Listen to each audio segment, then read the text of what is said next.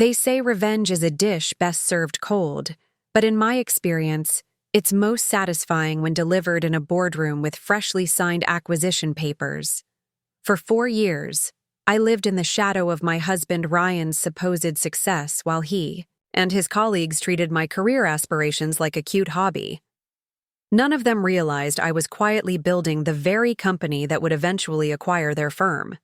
That afternoon, as I watched them toast Ryan's latest promotion with champagne purchased from my secret accounts, I knew their time was finally running out. Before we jump back in, tell us where you're tuning in from, and if this story touches you, make sure you're subscribed, because tomorrow, I've saved something extra special for you. The golden hour sunlight streamed through the floor-to-ceiling windows of our Oak Hill townhouse, casting warm highlights across our designer furniture. The open-concept living area buzzed with conversation and laughter, as Ryan held court among his executive friends. Crystal glasses clinked while catering staff, that I had secretly arranged, circulated with trays of hors d'oeuvres. I stood by the kitchen island, observing the scene with practiced detachment. My husband of 6 years commanded attention in his tailored navy suit, his confident gestures punctuating every sentence as he regaled his audience with tales of his latest business triumph. At 42, Ryan Mitchell had mastered the art of corporate charisma, perfectly styled hair with distinguished touches of silver at the temples, a smile that conveyed both authority and approachability, and the relaxed posture of someone who believed the world was designed to accommodate his ambitions. "Live, sweetheart," he called out, his voice carrying that familiar note of performative affection. "Why don't you tell everyone about that little online project you've been tinkering with?"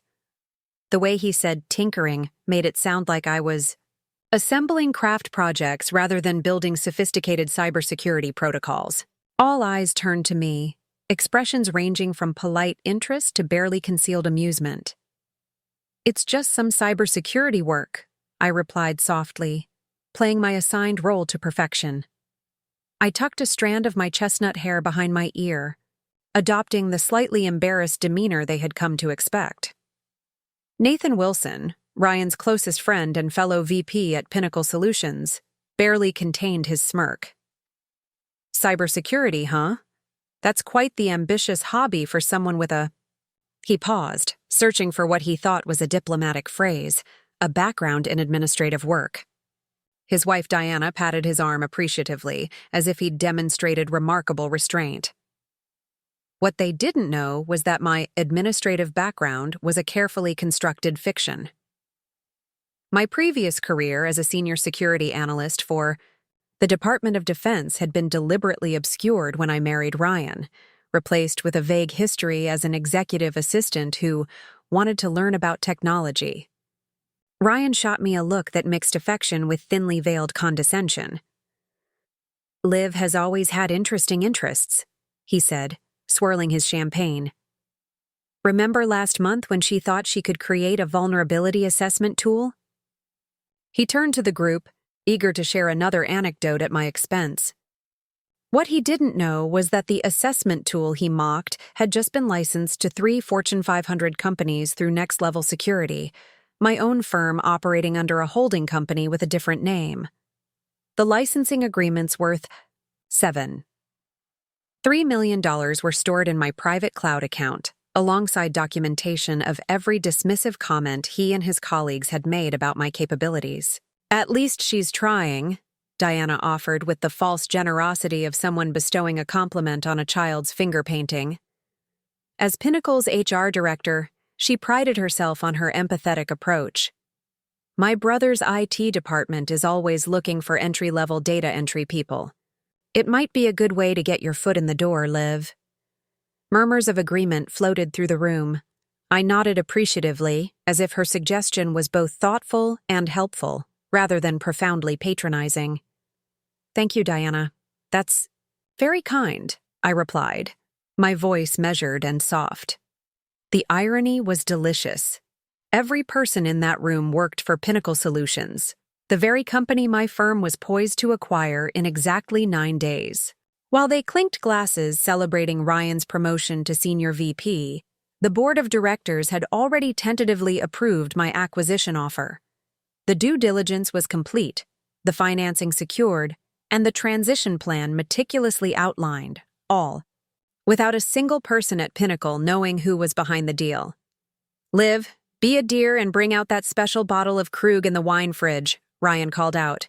"We should properly toast Mark's new client acquisition." Mark Thompson, Pinnacle's lead sales executive, beamed with pride. Little did he know that his supposedly brilliant deal had been subtly orchestrated by me through one of my shell companies. I had specifically designed that contract to look impressive, on paper while containing terms that would later give my company significant leverage. "Of course," I replied, heading to our temperature-controlled wine storage. Behind me, their conversation continued, peppered with technical jargon they assumed I wouldn't understand, and thinly veiled references to my cute attempts to break into their industry. As I selected the champagne, an $800 bottle Ryan believed he had purchased but had actually been a strategic gift from one of my business partners, I reflected on the meeting I'd had that morning. Seated in my real office in the converted warehouse space across town, I had finalized the last details of the Pinnacle acquisition with my executive team. "Are you absolutely certain about the timing?" Grace Rodriguez, my COO and closest confidant, had asked. "We could delay until after their quarterly reports." I had shaken my head, my decision firm. 9 days. Everything needs to happen exactly as planned. The acquisition wasn't just business. It had become personal 3 months ago when I discovered Ryan had emptied our joint savings account of $167,000 to help his mistress, Amber Collins, purchase a downtown condo. He had covered it with a story about a temporary transfer for investment purposes, not realizing I had already documented every transaction, every text message, and every afternoon meeting that actually took place at the Westlake Grand Hotel. Returning to the living room with the champagne, I caught the tail end of what must have been another joke at my expense. Ryan's laughter, sharp and performative, cut through the ambient conversation. "Oh God, you should have seen her trying to explain blockchain to me last week," he said, wiping an imaginary tear of mirth from his eye. It was like watching a kindergartner explain quantum physics. Nathan leaned forward eagerly. "Please tell me you recorded it." "I was tempted," Ryan continued, his eyes glinting with malicious amusement. "She had drawn all these diagrams and practiced this whole presentation. It was adorable, really. What they didn't know was that I had already consulted on blockchain implementation for 2 major financial institutions, and the adorable diagrams Ryan mocked were simplified versions I'd created specifically because he had complained that my actual technical explanations went over his head.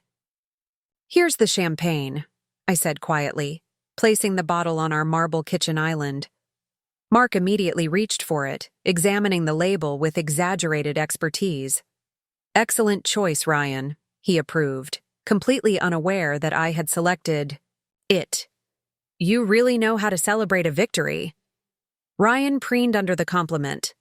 "Well, someone in this household needs to have achievements worth celebrating," he said, throwing a pointed glance my way that drew more chuckles from the group. These monthly gatherings had become his stage, and I was his favorite prop, the supportive but slightly clueless wife he so generously indulged. The dynamic had been established early in our marriage when I had deliberately played into his need to feel intellectually superior. What had begun as a strategic decision to keep my actual capabilities hidden had evolved into a carefully documented case study in workplace and marital discrimination. Liv tried to apply for that entry-level security analyst position at Meridian Technologies last month, Ryan announced to the group, setting up another anecdote at my expense. "Tell them what happened, sweetheart." I adjusted my expression to one of mild embarrassment. "They said I wasn't qualified." "Not qualified," Ryan echoed with exaggerated indignation that barely masked his satisfaction. "She couldn't even get past the initial screening questions." The truth was more complex. Meridian Technologies was now one of Next Level's biggest clients, and I had intentionally submitted a subpar application through my Olivia Mitchell identity to maintain my cover. The real irony was that the security protocols Meridian now used had been designed by my team. As the evening progressed, the wine flowed freely, and the anecdotes about my supposed technical ineptitude became increasingly elaborate. I moved through these moments with practiced ease, offering self-deprecating smiles and slight blushes exactly when expected. "Liv, honey," Ryan called out again as the gathering was winding down. "Can you grab those financial reports I left in the study? I want to show Victor the projections for next quarter." Victor Harrington, Ryan's direct superior and Pinnacle's chief revenue officer, had arrived fashionably late. At 58, preparing and narrating this story took us a lot of time, so if you are enjoying it, subscribe to our channel. It means a lot to us. Now back to the story. He carried himself with the confident detachment of someone who had been in executive positions long enough to believe it was his natural habitat. "Of course," I replied, heading toward the home office. Our study was a space that reflected Ryan's self-image: dark wood, leather-bound books he'd never read, and framed awards prominently displayed. In the corner sat my small desk, deliberately modest compared to his imposing workstation. The contrast was part of our home's visual narrative. His success, my hobby. As I retrieved the report folder, I noticed a receipt that had fallen from it. A hotel bill from the Westlake Grand, a $470 charge for the presidential suite last Tuesday, when Ryan had told me he was at a client dinner. Another piece of evidence for my already substantial file. I slipped the receipt into my pocket and returned to the living room with the reports. "Here you go," I said, handing them to Ryan with a smile that didn't quite reach my eyes. "Thanks, babe," he replied absently, already turning to Victor. "So, as you can see on page 4, we're projecting a 17% increase in enterprise contracts." I moved to the periphery of the conversation, watching as Ryan walked Victor through projections that I knew were fundamentally flawed. Pinnacle had been overvaluing their contracts and underestimating implementation costs for years, one of many reasons they were vulnerable to acquisition. As the night drew to a close and guests began to leave, I performed my role as the gracious hostess, thanking everyone for coming and accepting their condescending well wishes for my technology studies. "Keep at it, Liv," Diana said, patting my arm as if I were a persistent but mediocre marathon runner. "Everyone has to start somewhere. Mark my words," Nathan added, already slightly drunk. "In a year or two, we might even find you a proper position at Pinnacle, maybe something in user testing or documentation." If only they knew that in 9 days I would be deciding their professional fates. After the last guest left, Ryan loosened his tie and collapsed onto our sofa, the self-satisfied smile still playing on his lips. "That went well," he declared, kicking off his shoes. Victor was impressed with the quarterly projections. "That's wonderful," I replied, beginning to gather empty glasses. "You must be pleased." He stretched, the picture of contented achievement. "This promotion is just the beginning, Liv. Victor hinted that they're grooming me for the C-suite. Another year or two, and we could be looking at a chief revenue officer position." The irony of his confidence made me pause momentarily before resuming my cleanup. In 9 days, Pinnacle Solutions would have an entirely different leadership structure. "That's exciting," I offered, my voice carefully modulated to convey supportive enthusiasm. "You've worked hard for this." Ryan's phone buzzed. He glanced at it, his expression shifting subtly before he turned it face down on the coffee table. I didn't need to see the screen to know it was Amber. Their communication patterns had become predictable: texts after social events, calls during his supposed lunch meetings, emails from his private account that he didn't realize I had been monitoring. "I'm heading up to bed," I said, gathering the last few glasses. "It's been a long day." "I'll be up in a bit," he replied distractedly, already reaching for his phone again.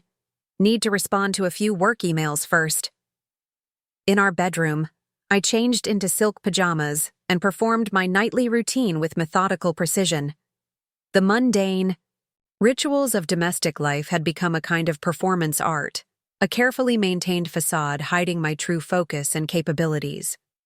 Once I heard Ryan settle into his home office chair downstairs, the creak of leather was distinctive. I retrieved my secured laptop from its hiding place inside my bedside table's false bottom. The specially designed compartment contained not only the computer, but also a secure phone and several encrypted flash drives documenting everything I needed for the upcoming revelation. Opening the laptop, I connected through a series of proxies to access next-level security's secure servers. Grace had left several updates. The final acquisition papers were ready for signatures, the transition team was assembled, and the board meeting was confirmed for the morning of the announcement. I sent a brief, encrypted response. Proceed as planned. No exceptions, no delays. This wasn't merely about business anymore. When Ryan had emptied our joint account to fund his mistress's condo, he hadn't just betrayed our marriage, he'd taken the money I had deliberately placed there as part of my cover. The fund transfer had been the catalyst that accelerated my timeline, transforming a potential business acquisition into something more personal. My phone vibrated with an incoming text from Grace. Final security brief complete. All teams in position for D-Day. I responded with a simple, confirmed, before deleting the exchange. A habit formed from years of careful compartmentalization. From downstairs, I heard Ryan laugh softly, undoubtedly texting Amber while believing I was none the wiser. The sound reinforced my resolve. In 9 days, the careful facade I had maintained would finally drop, revealing not just my professional capabilities, but the full extent of my awareness of his betrayals. I closed the laptop and returned it to its hiding place, then slipped between our Egyptian cotton sheets. Another luxury Ryan believed he had provided through his success. As I set my alarm for 5:30 a.m., I reflected on the journey that had led to this moment. 4 years ago, I wasn't Olivia Mitchell, the underestimated wife of an ambitious executive. I was Lieutenant Olivia Chen, a decorated cybersecurity specialist for the Department of Defense with high-level security clearance and a reputation for identifying vulnerabilities others missed. When a private security firm offered me the opportunity to lead their counterintelligence division, I had been on the verge of accepting. Then I met Ryan at the Tech Innovation Conference in San Francisco. He was charming, attentive, and surprisingly vulnerable when discussing his ambitions. What caught my attention wasn't his good looks or his confidence, but the way he treated the junior staff at his booth, dismissive, condescending, taking credit for their ideas while blaming them for any shortcomings. His behavior represented everything problematic about tech corporate culture, but also presented an unexpected opportunity. I had been looking for a way to understand how these toxic environments functioned from the inside, to eventually build something better. Ryan inadvertently offered me that window.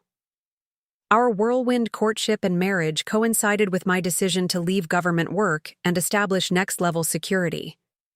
To everyone, including Ryan, I presented this transition as taking a break from my administrative career to explore my interests in technology. He never questioned this narrative. It aligned perfectly with his perception of women in tech. The early days were challenging. I worked through nights in my hobby corner, while Ryan thought I was taking online courses in basic programming. Every time he mocked my supposed lack of technical understanding, I documented it, along with similar behavior from his colleagues. These records became part of a growing case study in how qualified women were systematically underestimated and marginalized in the industry. Meanwhile, next-level security grew rapidly, securing major contracts and developing innovative security solutions. I hired Grace, a brilliant strategist I'd worked with at the DoD, and assembled a team committed to both excellence and ethical business practices. Our company culture intentionally countered every toxic element I observed at Pinnacle. The revelation about Ryan's affair and financial betrayal shouldn't have surprised me, but somehow, the explicit evidence still stung. Finding the transfer confirmation for $167,000 to Amber's account, labeled as investment opportunity, had transformed my professional interest in acquiring Pinnacle into something more visceral, a chance to correct multiple injustices at once. As I drifted toward sleep, I thought about the carefully orchestrated sequence of events that would unfold in 9 days. The security teams were ready, the board members prepared, and the transition plan finalized down to the minute. Ryan and his colleagues were about to learn what happened when they underestimated the wrong woman. A calm certainty settled over me. The years of playing small, of being dismissed and patronized, were coming to an end. In 9 days, they would finally see me, not as Ryan's hobbyist wife, but as the architect of their professional future. My last thought before sleep claimed me was of the expression that would cross Ryan's face when he realized that the woman he had belittled for years was now his boss, and soon to be his ex-wife. Circle of doubt. The next morning arrived with the pale gold light of early autumn filtering through our bedroom blinds. I woke before my alarm, my mind already cycling through the day's carefully planned schedule. Ryan slept soundly beside me, his breathing deep and regular, completely unaware that I had already been awake for 20 minutes reviewing mental checklists. I slipped out of bed and into my running clothes, a deliberate choice that reinforced my image as someone trying to improve herself in ways Ryan found acceptable. Physical fitness he understood and encouraged, cybersecurity expertise he dismissed and belittled. The crisp morning air hit my face as I stepped outside our townhouse. Oak Hill was quiet at this hour, with only a few dedicated runners and walkers populating the tree-lined streets. I set off at a measured pace, my wireless earbuds not playing music as Ryan assumed, but connecting me to Grace for our daily security briefing. "Morning," her voice came through clearly. The Meridian contract was finalized at midnight. Their CTO is ecstatic with the implementation plan. "Any issues with the timeline?" I asked, keeping my voice low as I passed another early riser walking their golden retriever. "None. The transition team reports everything remains on schedule for next week. The board meeting is confirmed for 9 a.m. on the day, followed by the announcement at 11. I increased my pace slightly, turning onto a quieter street. "And the documentation regarding Ryan's financial activities?" "Complete and verified. The transfer to Amber Collins has been thoroughly documented, along with the 17 other discrepancies we've identified in his expense reports to Pinnacle. Legal says it's more than enough to void any pre-nuptial protections." This was the part of my plan that had required the most careful consideration. The prenuptial agreement Ryan had insisted upon, believing he was protecting his assets from a spouse who earned significantly less, was about to become irrelevant in the face of documented financial misconduct. "Perfect," I replied, my breath measured despite the incline I was now tackling. "I'll be in the office by 10. Have the team prepare for the security protocol review at 11. I ended the call as I looped back toward our townhouse, timing my return to coincide with Ryan's usual wake-up routine. As expected, I found him in the kitchen preparing his protein shake, dressed in designer sweatpants and a fitted t-shirt that highlighted his gym-sculpted physique. "Morning, champ," he greeted, his tone carrying that particular blend of affection and condescension he reserved for me. "Good run?" "Very refreshing," I replied, pouring myself a glass of water. "How did you sleep?" "Like a rock. Yesterday's presentation to the board really took it out of me." He took a long sip of his shake, then added with a smirk, "Not that you'd understand the pressure of executive-level meetings." I smiled blandly, thinking of the 3 board meetings I had led the previous week, securing over $40 million in new financing for next level's expansion. "I can only imagine," I said, my voice appropriately impressed. Ryan checked his watch. The Rolex I had actually purchased through a roundabout series of transactions that made it appear to be from his bonus. I'm meeting Nathan at the club for a quick workout before heading to the office. We've got strategy planning all day for the Henderson acquisition. The Henderson acquisition, another piece of business intelligence I had been tracking. Pinnacle had been pursuing Henderson Tech for months, unaware that Next Level had already quietly secured a partnership agreement that would make Pinnacle's acquisition attempt futile.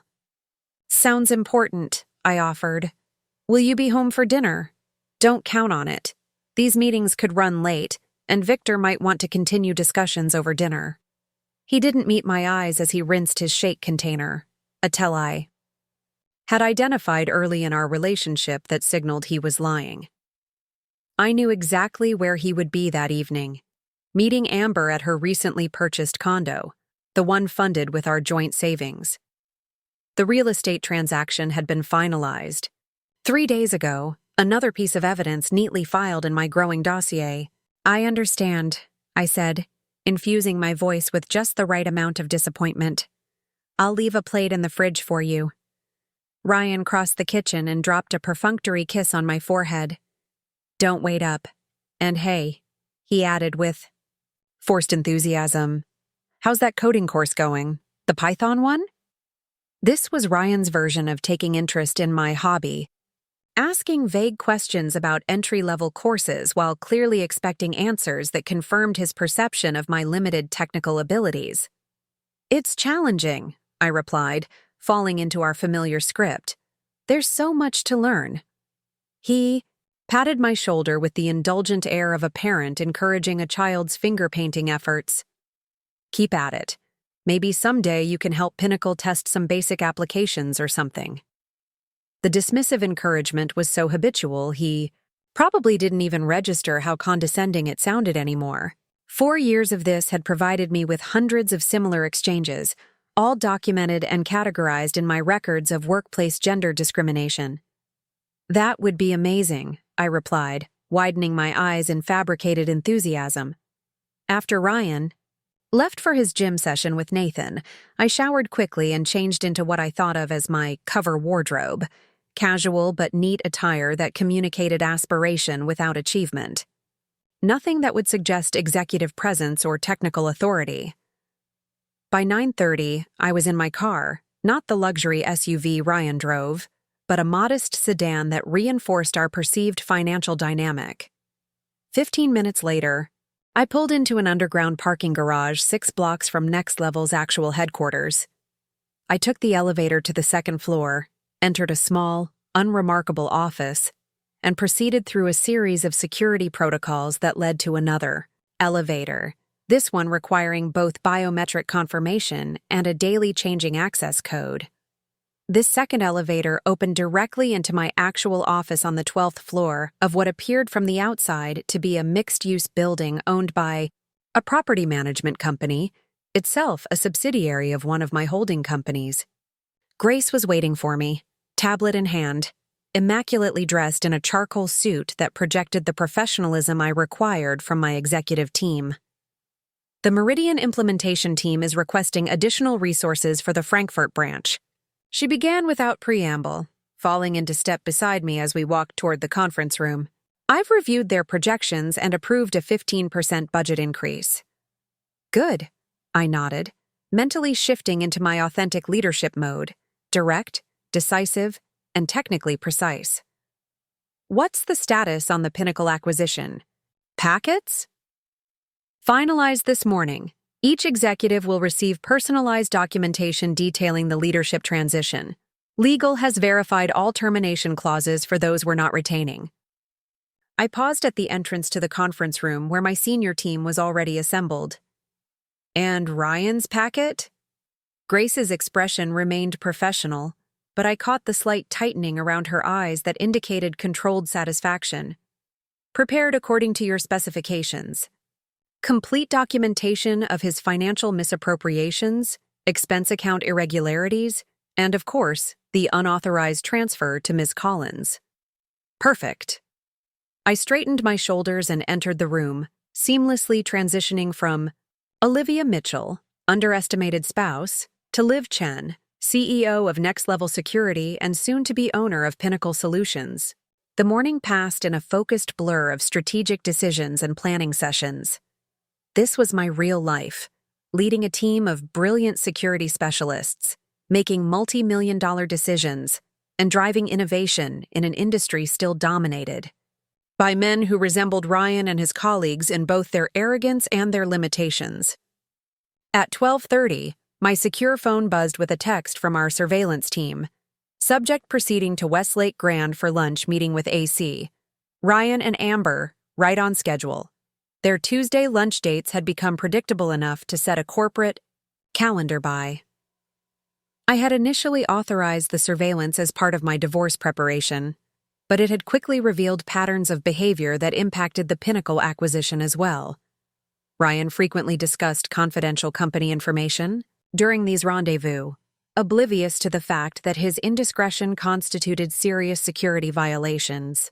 I turned my attention back to the planning meeting, pushing thoughts of Ryan's betrayal aside to focus on the complex technical challenges my team was addressing. Unlike the superficial presentations I'd witnessed at Pinnacle, these discussions involved deep technical expertise and collaborative problem-solving. The distributed denial of service protection protocol needs refinement, noted Raj, my chief security architect. The recent simulation identified a vulnerability in how we handle traffic from certain Asian IP blocks. What if we implemented a geographic traffic analysis layer? I suggested, moving to the whiteboard to sketch a more resilient architecture. We could create dynamic response profiles based on regional attack signatures. For the next hour, we engaged in the kind of technical debate that Ryan believed was beyond my capabilities, developing solutions to cybersecurity challenges that most firms hadn't even identified yet.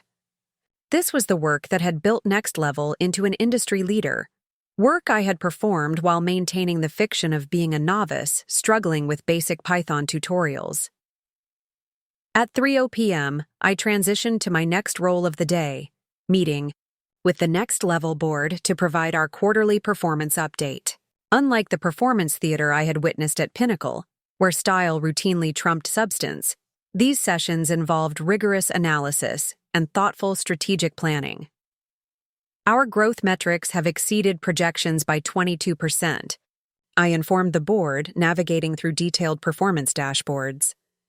The new enterprise security suite has secured 18 major clients in the first 60 days, and our threat intelligence platform now monitors over 40 million endpoints globally.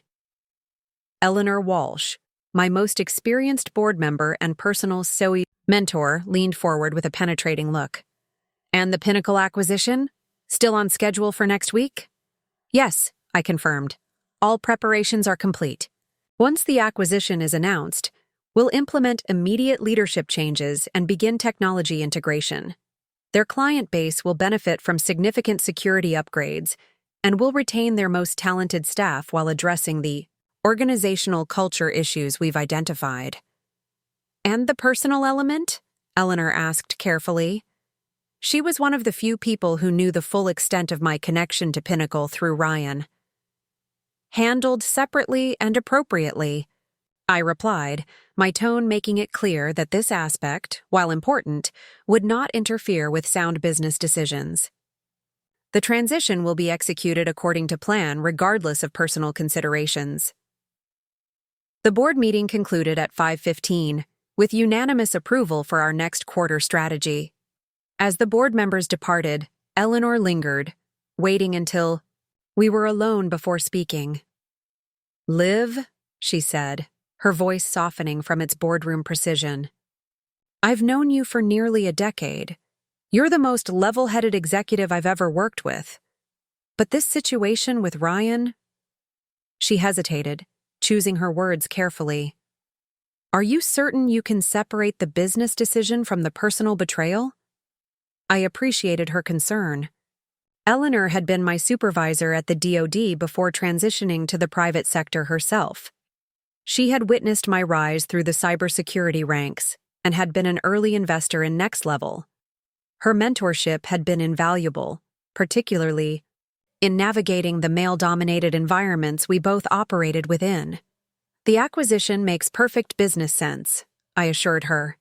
Pinnacle's client relationships and market position complement our technical capabilities. Their security vulnerabilities are significant but addressable. The cultural issues would need to be addressed regardless of my personal connection. Eleanor nodded, but her expression remained concerned. And Ryan? The revelation will be quite public. Ryan made his choices, I replied, my voice steady despite the flash of anger I felt. The $167,000 he transferred to his mistress was intended for our future family. Money I earned but allowed him to believe was his contribution. I paused, acknowledging the emotion before setting it aside. His professional fate will be determined by the same criteria we're applying to all Pinnacle executives: competence, integrity, and cultural fit. Eleanor's expression softened with understanding. Just remember that revenge, while temporarily satisfying, rarely provides lasting fulfillment. This isn't about revenge, I corrected her gently. It's about accountability and creating the kind of industry where talent and integrity matter more than gender or connections. Ryan and his colleagues have fostered a culture that systematically undervalues women's contributions. The acquisition will change that, regardless of my personal satisfaction in the process. After Eleanor left, I returned to my office to complete the day's final tasks before transitioning back to my Olivia Mitchell persona for the evening. As I reviewed security protocols for the Pinnacle integration, my secure phone buzzed with another surveillance update. Subject departing Westlake Grand, heading to Pinnacle offices. Ryan's lunch with Amber had lasted nearly 3 hours. I made a note to add this to his file, then began my own departure routine. By 6:30, I had changed back into my cover wardrobe, secured all sensitive materials, and was driving my modest sedan back toward Oak Hill. I stopped at an upscale grocery store to purchase ingredients for a dinner Ryan wouldn't be home to eat. Another detail in maintaining my cover. To anyone observing, I was simply a devoted wife preparing a nice meal for her hardworking husband. As I selected fresh vegetables and a cut of salmon, my mind was already mapping out the next day's activities. 8 days remained until the acquisition announcement. 8 days of maintaining the charade while finalizing the details that would transform both Pinnacle Solutions and my personal life. My phone chimed with a text from Ryan. Strategy session running late. Don't wait up. I texted back a believably supportive response, complete with a heart emoji that felt foreign to my fingertips. The location tracking app on his phone, which he didn't know I could access, showed him heading not toward Pinnacle's offices, but to the downtown address of Amber's new condo. By 7:30, I was back in our townhouse, preparing a dinner for one, while a carefully curated playlist of indie folk music, the kind Ryan associated with my basic tastes, played softly in the background. The domesticity of the scene would have been convincing to any observer, just as it had been convincing to Ryan for years. As I ate at our kitchen island, my secure tablet, disguised as a common e-reader, displayed the latest updates from Next Level's security team. The Pinnacle network penetration test had identified 17 critical vulnerabilities, confirming my assessment of their technical debt. Their entire security infrastructure would need to be rebuilt from the ground up once the acquisition was complete. My evening continued with what appeared to be online learning, ostensibly another Python tutorial, but actually a secure connection to Next Level's development environment, where I was refining a new encryption protocol. To anyone watching, I was simply a determined amateur practicing basic coding exercises. The reality was far more complex and consequential. At 9:45, my concentration was interrupted by the sound of the front door opening. Ryan wasn't supposed to be home this early. His trysts with Amber typically lasted until at least 11 on Tuesdays. I quickly switched my tablet display to a beginner's Python tutorial and adopted a slightly frustrated expression, as if struggling with a basic programming concept.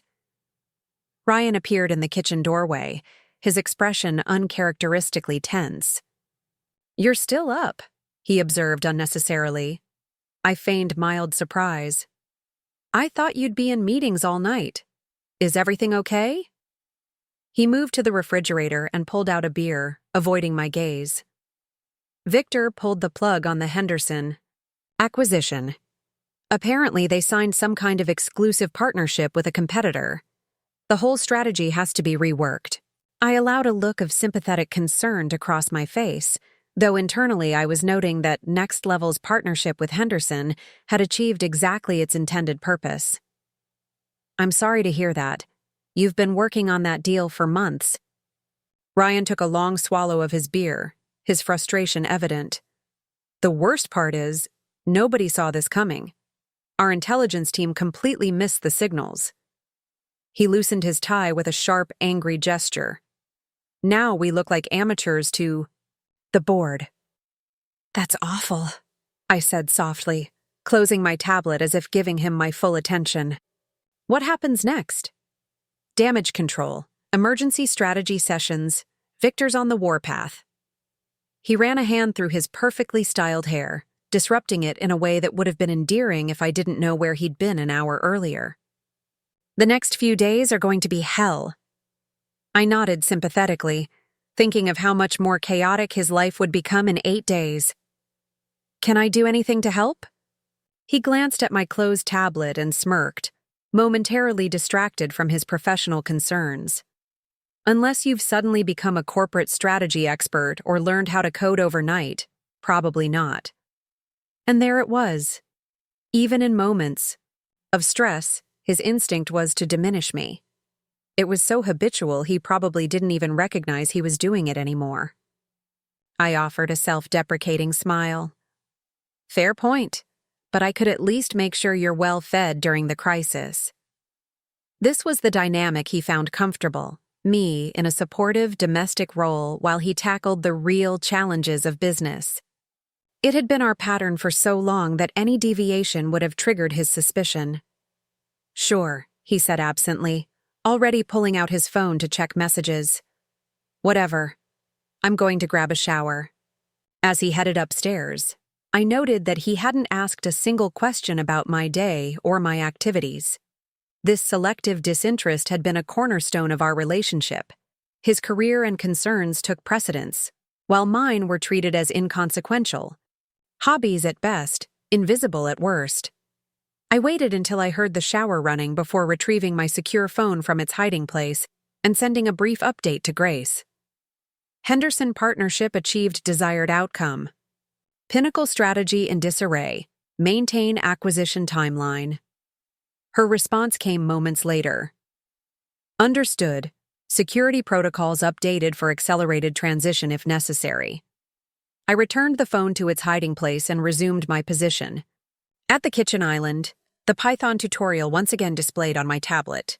When Ryan returned downstairs 20 minutes later, freshly showered and in loungewear, I was exactly where he expected me to be, playing the role he had cast me in years ago. "Any progress with your programming thing?" he asked, gesturing vaguely at my tablet while opening another beer. "A little," I replied with manufactured enthusiasm. "I'm trying to understand functions better." He leaned against the counter, an indulgent smile playing at his lips. "Functions, huh? That's pretty basic stuff, Liv. If you're struggling with that, maybe technology isn't really your thing." I had, in fact, written my first complex function at age 13 and had authored several widely used security algorithms by the time I met Ryan. The condescension in his tone would have been grating if it weren't so predictable, and if I didn't know how completely the dynamic would shift in 8 days.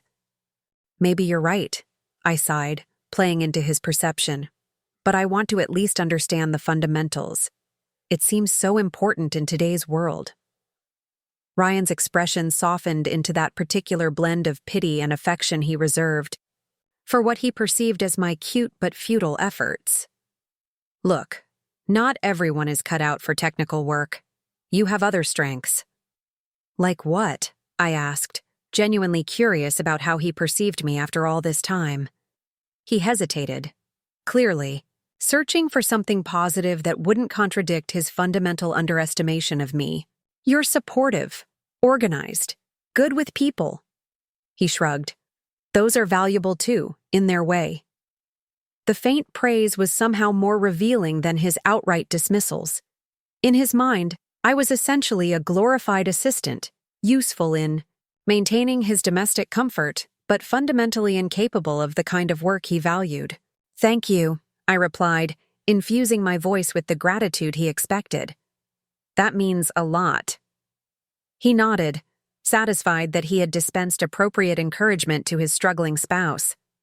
"I'm heading to bed. Tomorrow's going to be brutal with this Henderson situation." He finished his beer and placed the bottle in the recycling bin. "Don't stay up too late with that programming stuff. Some concepts just take time to sink in."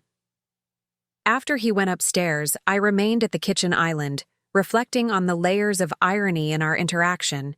In 8 days, Ryan would discover that the wife he had been helping with basic programming concepts was actually a recognized authority in cybersecurity, leading a company that was about to acquire his.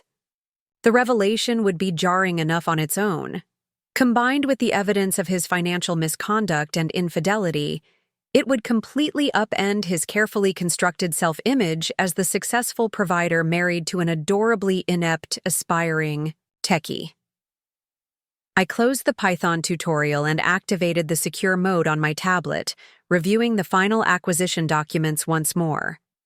Everything was proceeding according to plan, despite the minor complication of Pinnacle's accelerated distress over the Henderson partnership. If anything, their strategic disarray would make the transition smoother. They would be less likely to mount any kind of resistance to the acquisition. After completing my review, I secured the tablet and headed upstairs.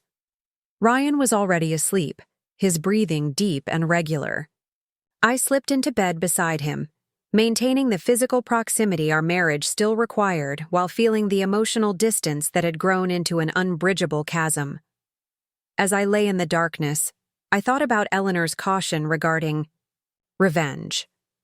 This wasn't about revenge, not entirely.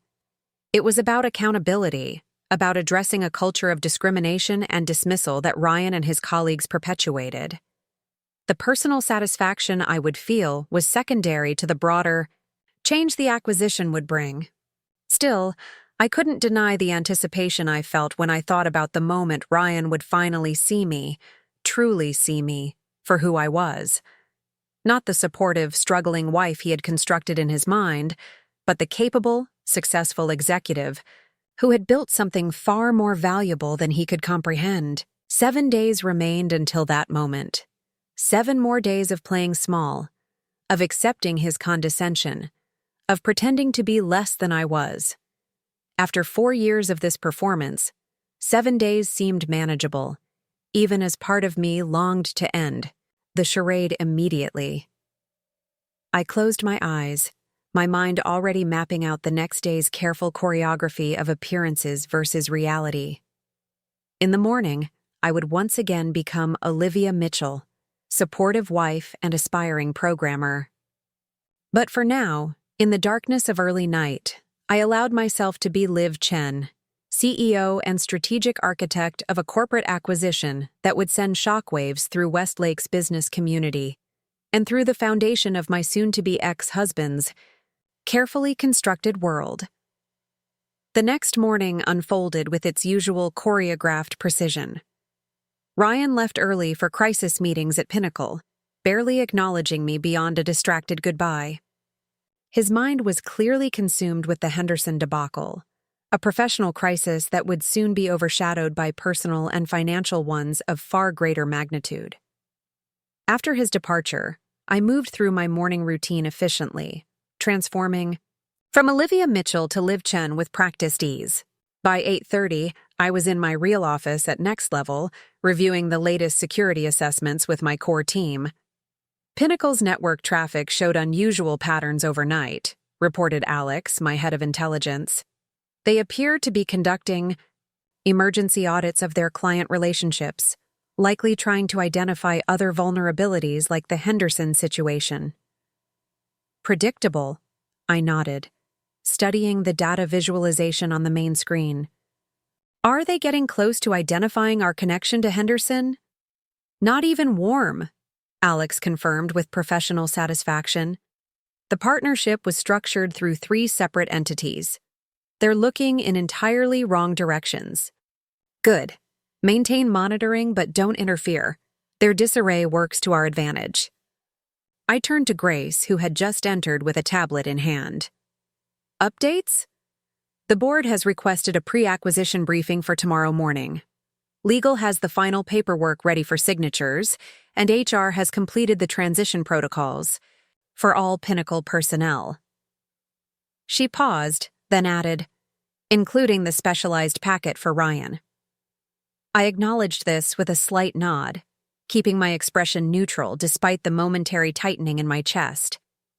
The specialized packet contained not only Ryan's termination notice but comprehensive documentation of his financial misconduct, unauthorized disclosures of company information to Amber, and, of course, the $167,000 transfer from our joint savings.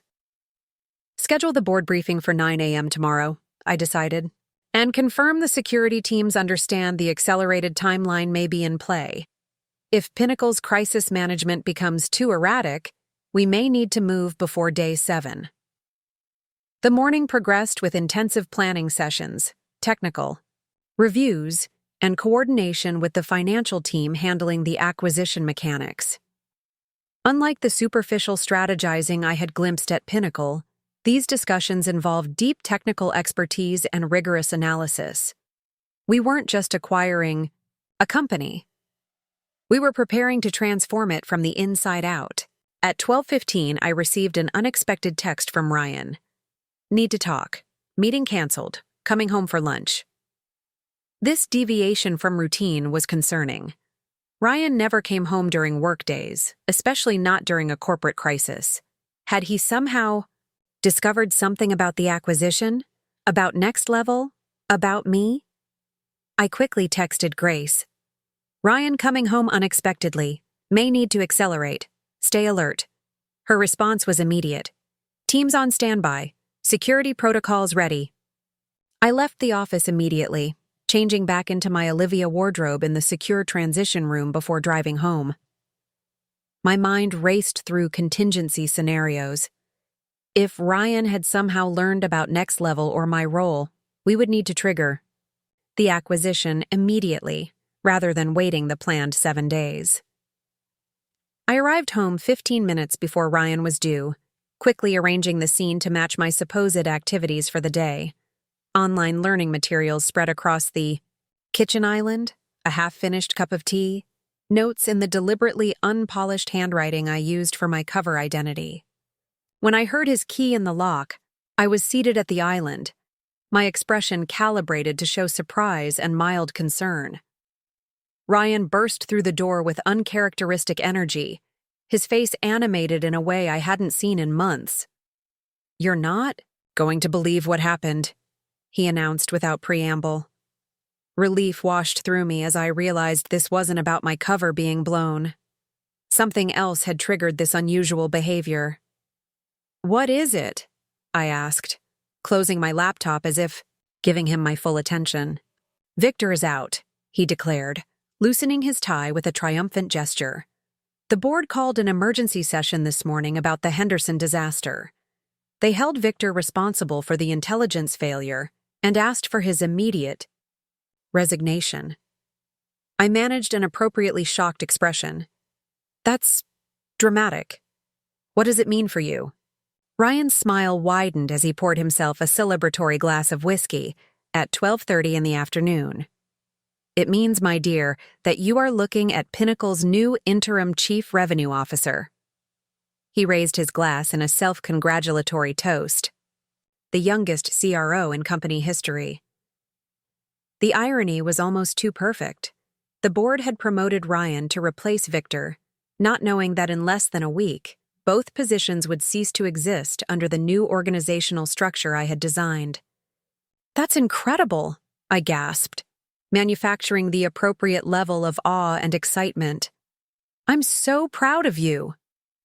Ryan basked in my fabricated admiration, taking a long sip of his whiskey. The board said they were impressed with my strategic foresight in questioning the Henderson approach. He laughed sharply. I didn't, of course, but I'm not about to correct them when it lands me in the C-suite. This casual admission of taking credit for others' insights was so characteristic of Ryan that I almost laughed. Instead, I maintained my supportive spouse persona, asking appropriate questions about his new responsibilities and compensation. The salary bump is significant, he boasted, refilling his glass.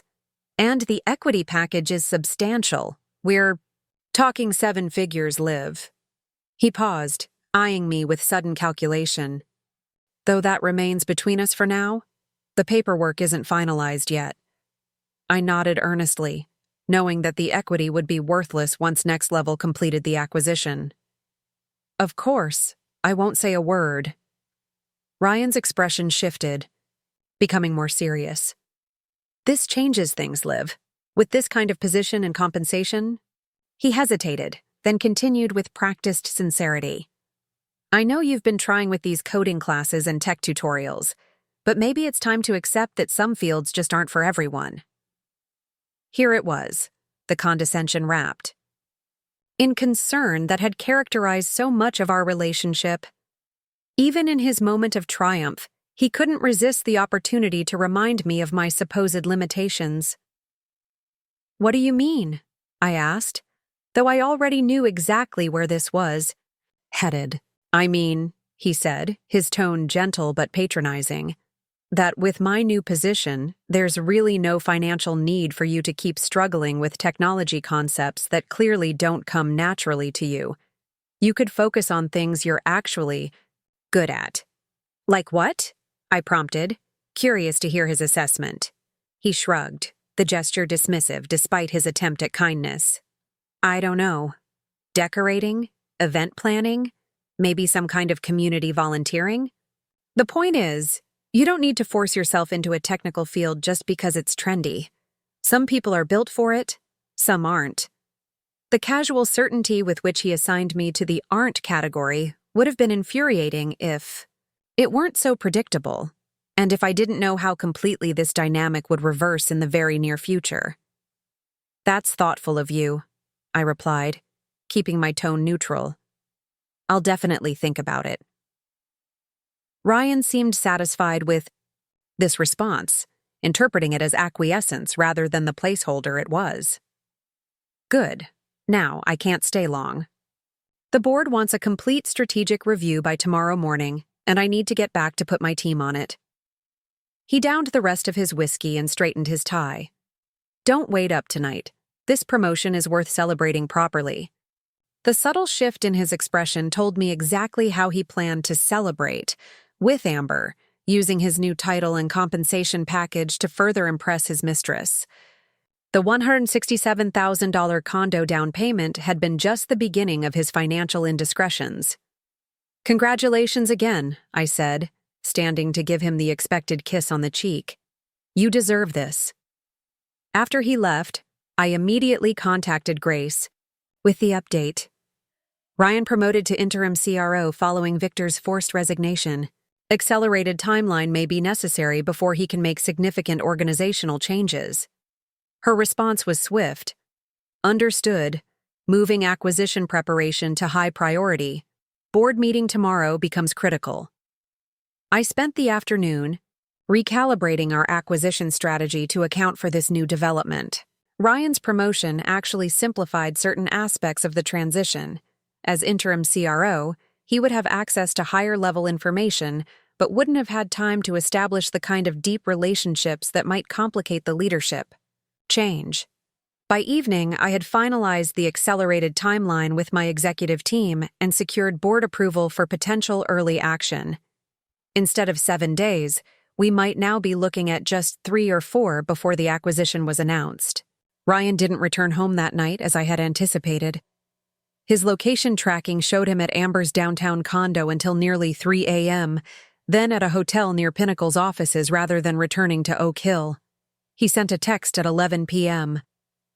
Working through the night on strategy review. Staying at hotel near office. We'll call tomorrow. The lie was so unnecessary and yet so consistent with his pattern of behavior that it barely registered as an offense anymore. In fact, his absence was convenient, allowing me to work uninterrupted on Next Level's acquisition preparations. The next morning, I arrived at the Next Level offices early for the critical board meeting. Dressed in my actual executive attire, a tailored charcoal suit that projected authority and competence, I reviewed the final presentation with Grace before the board members arrived. The Pinnacle leadership shakeup actually accelerates our integration strategy, I explained as the board assembled. With Ryan Mitchell now in an interim C-suite position, the organizational structure is more fluid. We can implement our planned changes with less resistance. Eleanor Walsh studied me carefully. And you're certain this development doesn't complicate the personal aspects of the situation? If anything, it clarifies them, I replied evenly. Ryan's promotion, combined with his continued financial indiscretions and his overnight stay with Ms. Collins, provides additional documentation for both the professional transition and my personal legal proceedings. The board reviewed the updated acquisition timeline, asking pointed questions about risk management and integration challenges. Unlike Pinnacle's board, which had promoted Ryan largely on optics and politics, Next Level's governance team demanded substantive answers and strategic clarity. We're prepared to move as early as day 4 if necessary, I concluded. All teams are on standby, and the legal framework is in place. We can trigger the acquisition protocol with 6 hours' notice. After unanimous board approval, I spent the rest of the day in detailed planning sessions with the transition team. By late afternoon, everything was in place for an accelerated timeline if Ryan's promotion triggered any actions that might complicate our strategy. I was preparing to transition back to my Olivia persona when my secure phone buzzed with an alert. Urgent. Pinnacle executive team calling emergency session for tomorrow morning. Complete reorganization planned. This was moving even faster than I had anticipated. Ryan wasn't wasting any time in reshaping Pinnacle according to his vision, a vision that would be rendered irrelevant within days. I immediately convened my core team. We need to move the timeline forward, I announced, displaying the intelligence report on the main screen. Ryan is planning a comprehensive reorganization that could complicate our integration strategy. Grace nodded, already typing rapid instructions on her tablet. How soon? I considered the implications carefully. 3 days from now, Tuesday morning. That gives us enough time to finalize all preparations while preventing any significant structural changes at Pinnacle. The security team was already prepared for acceleration, Alex confirmed. We can have all protocols in place by Monday evening. As the team dispersed to implement the accelerated timeline, Eleanor approached me with a concerned expression. 3 days, she observed. Are you ready for what that means personally? There's no going back once this is in motion. I met her gaze steadily. I've been ready for 4 years, Eleanor. The only question was timing, and Ryan's promotion has forced our hand. Professionally and personally, this is the right move. She studied me for a moment longer, then nodded with evident respect. Then let's make sure it's executed flawlessly. I returned home that evening to find Ryan already there, surrounded by papers spread across our dining table, his expression intent as he made notes on organizational charts and strategy documents. He looked up as I entered, his face showing surprise at my presence, as if he had forgotten I lived there too. I arrived at Next Level's headquarters at precisely 6:45 a.m. The executive floor was already bustling with focused activity, security, teams reviewing protocols, legal representatives organizing documentation, and transition coordinators finalizing their deployment strategies. After 4 years of meticulous planning, today was the day everything would change. Grace met me at the elevator, tablet in hand. All systems go, she reported as we walked toward the command center. Security teams are in position at Pinnacle. Legal has filed the final acquisition documents. The press release is queued for 9:05 a.m. "And Ryan?" I asked, accepting a coffee from my assistant. "Arrived at Pinnacle 10 minutes ago. He came directly from Amber's condo and is currently in his office preparing for what he believes will be his restructuring announcement." I nodded, feeling a curious calm despite the momentous nature of what was about to unfold. After years of playing the underestimated wife, of accepting Ryan's condescension, of watching him drain our savings account to fund his mistress's downtown condo, justice was finally at hand. The command center was a masterpiece of technological efficiency. Multiple screens displayed live feeds from Pinnacle's offices, security team positions, and market indicators that would soon register the impact of our announcement. My executive team was assembled, each member responsible for a critical aspect of today's acquisition. 90 minutes until execution, I announced, taking my position at the central console. "Final status reports, please." One by one, department heads confirmed their readiness. Security, legal, human resources, communications, technical integration. Unlike the posturing and politics I'd observed at Pinnacle's executive meetings, this briefing was precise, substantive, and focused on actual outcomes rather than appearances. Eleanor Walsh, my mentor and board chair, approached as the briefing concluded. "The personal elements have been isolated from the corporate transition?" "Completely," I confirmed. "Ryan's termination packet includes the standard separation. Documents plus private evidence of his financial misconduct. That conversation happens separately from the corporate announcement." Eleanor studied me with the perceptiveness that had made her such a valuable advisor.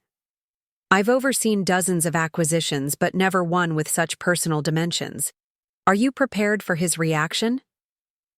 I considered her question carefully. As prepared as possible. Security protocols are in place. The evidence is irrefutable. Beyond that. I shrugged slightly. His response is not my primary concern. The successful integration of these companies is. At 8:30, our satellite monitoring showed increased activity at Pinnacle's headquarters. Executives were arriving for what they believed would be Ryan's triumphant restructuring announcement. Nathan Wilson, recently promoted to Chief of Staff, was setting up the presentation in the main conference room, occasionally checking his phone with evident satisfaction. "Mitchell is gathering his executive team," reported Alex from security. "They're assembling in the main conference room for their 9 a.m. announcement." Perfect timing. Ryan's entire leadership team would be gathered in one place when our acquisition became public. "Transition teams, prepare for deployment," I instructed. "Security, confirm all access points covered. Communications, prepare for market response." As 9 a.m. approached, I changed from my standard executive attire into the suit I had selected specifically for this moment. A precisely tailored charcoal ensemble that projected authority, competence, and unquestionable executive presence. This would be Ryan's first glimpse of the real me, not the supportive but technically inept wife he believed he had married. "T-minus 5 minutes, Grace announced, handing me the secure phone that would trigger our coordinated actions. "All teams report ready." I took a final moment to center myself, to acknowledge the magnitude of what was about to unfold. This wasn't merely about personal justice, though that aspect was undeniable. It was about transforming two companies and creating something better than either had been individually. "Execute," I commanded at precisely 9 a.m. Multiple actions triggered simultaneously. The press release announcing Next Level's acquisition of Pinnacle Solutions was distributed to financial media worldwide.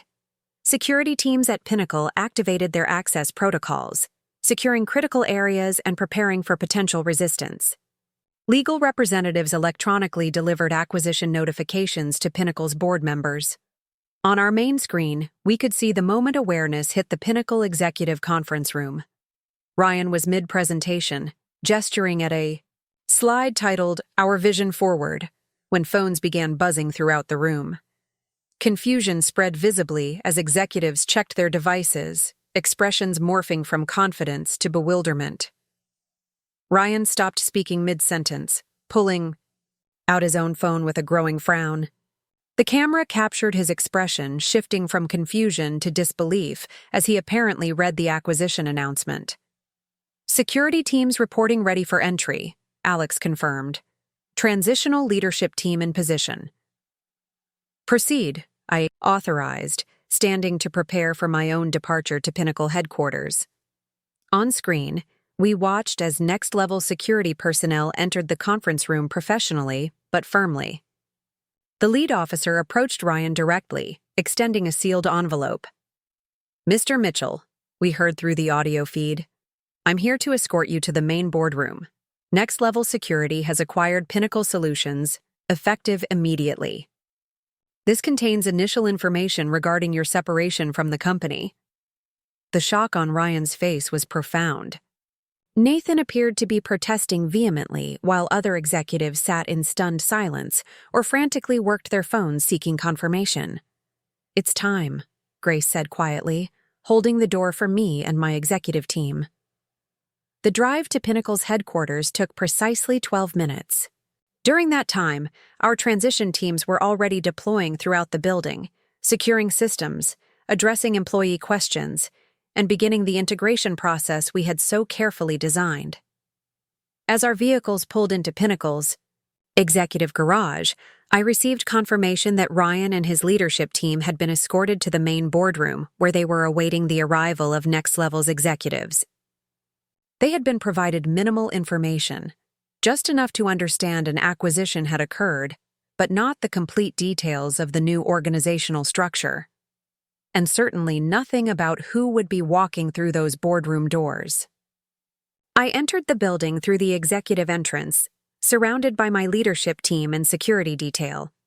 Pinnacle employees watched with a mixture of apprehension and curiosity as we passed, clearly aware that a significant corporate change was underway. Outside the boardroom, Grace provided a final update. All terminated executives are present.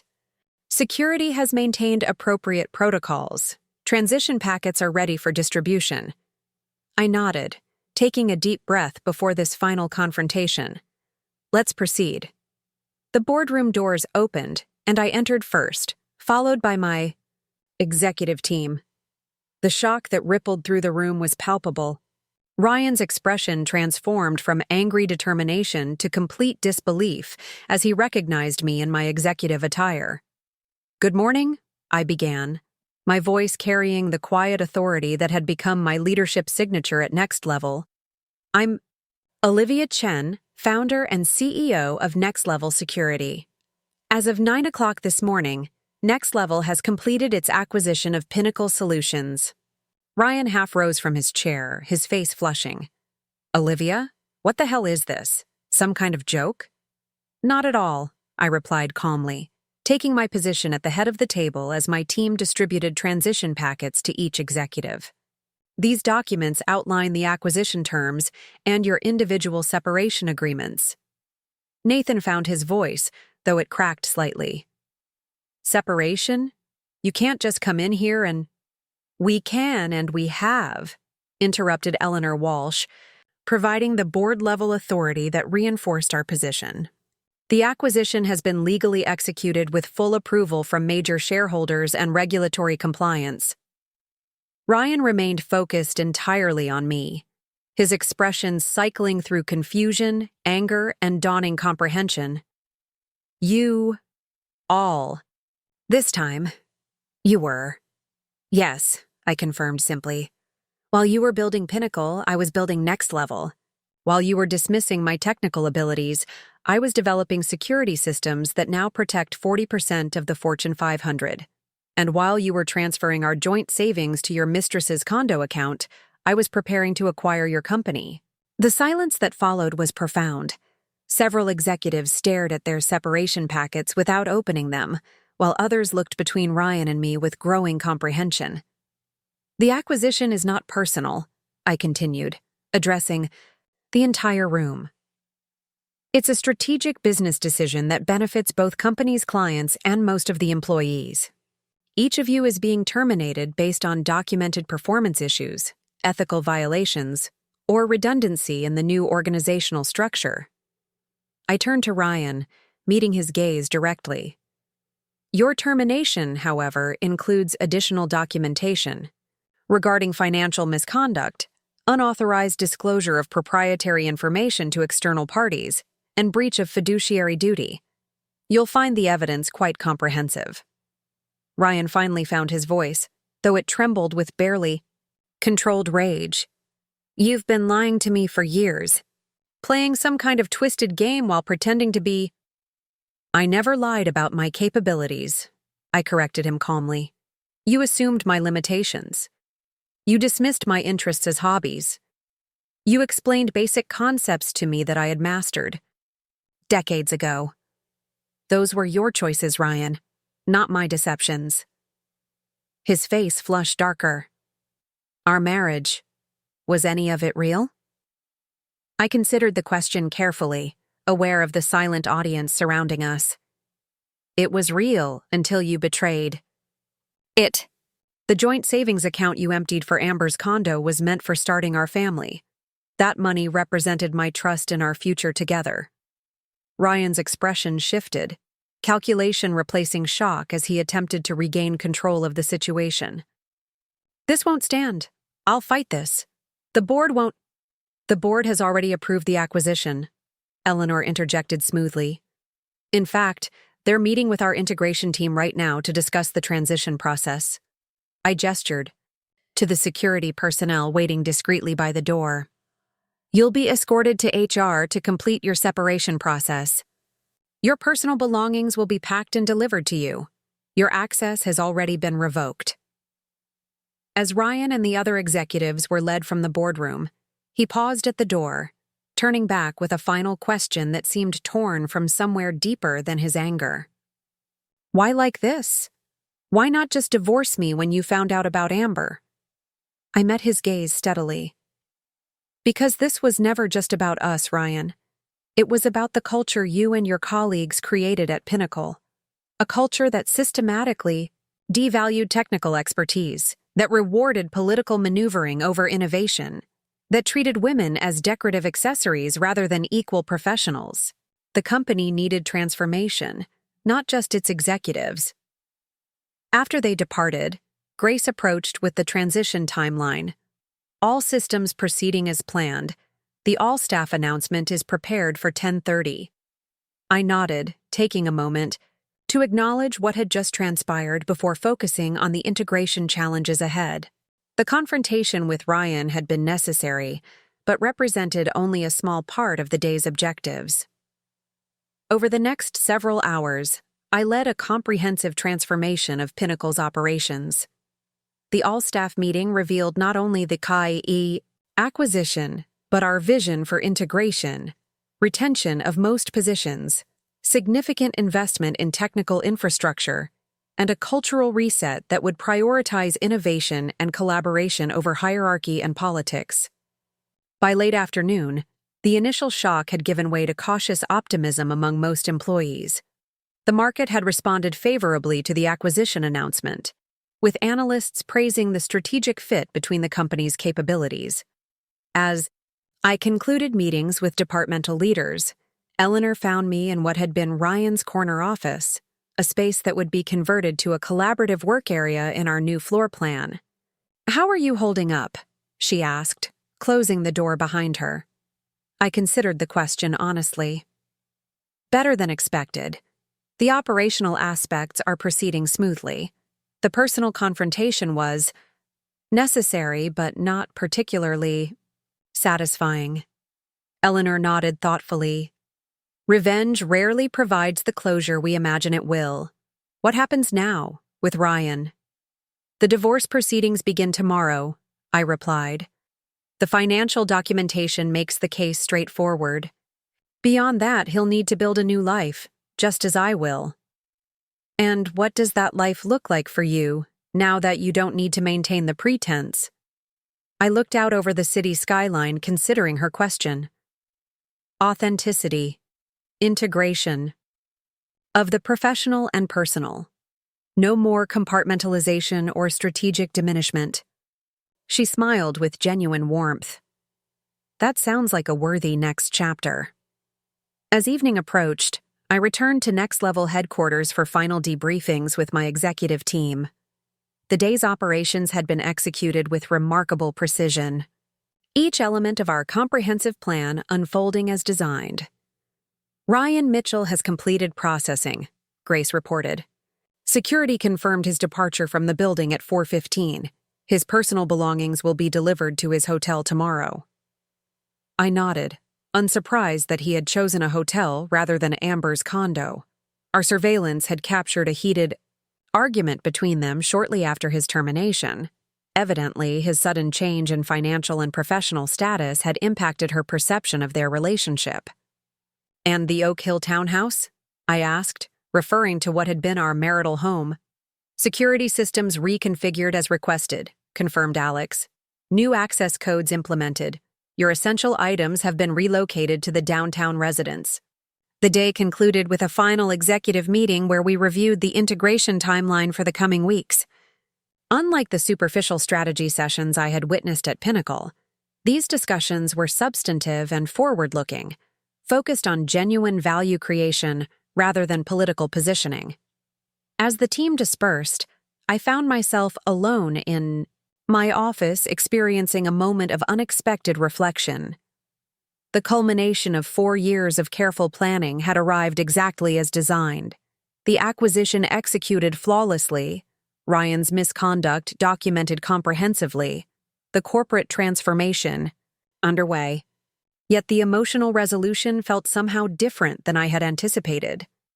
There was satisfaction in justice served, certainly, and vindication in the professional recognition that had been so long deferred. But there was also a curious emptiness, where I had expected fullness, as if the energy dedicated to maintaining my dual identity had created a vacuum now that integration was possible. Grace appeared at my door, interrupting these thoughts. "Car is ready whenever you are. Do you need anything else this evening?" I shook my head, gathering my belongings. "No, thank you. Tomorrow we focus entirely on forward integration. The past is officially closed." As I rode the elevator down to the private garage, I reflected on the day's events with growing clarity. The acquisition of Pinnacle had never been primarily about Ryan. Despite the personal catalyst his betrayal had provided, it had been about creating something better, a company where technical excellence was valued appropriately, where gender didn't determine credibility, where substance mattered more than appearance. The personal satisfaction of seeing Ryan's shock when he finally recognized who I truly was, that had been a momentary pleasure, but ultimately secondary to the larger transformation now underway. My driver was waiting with the car door open.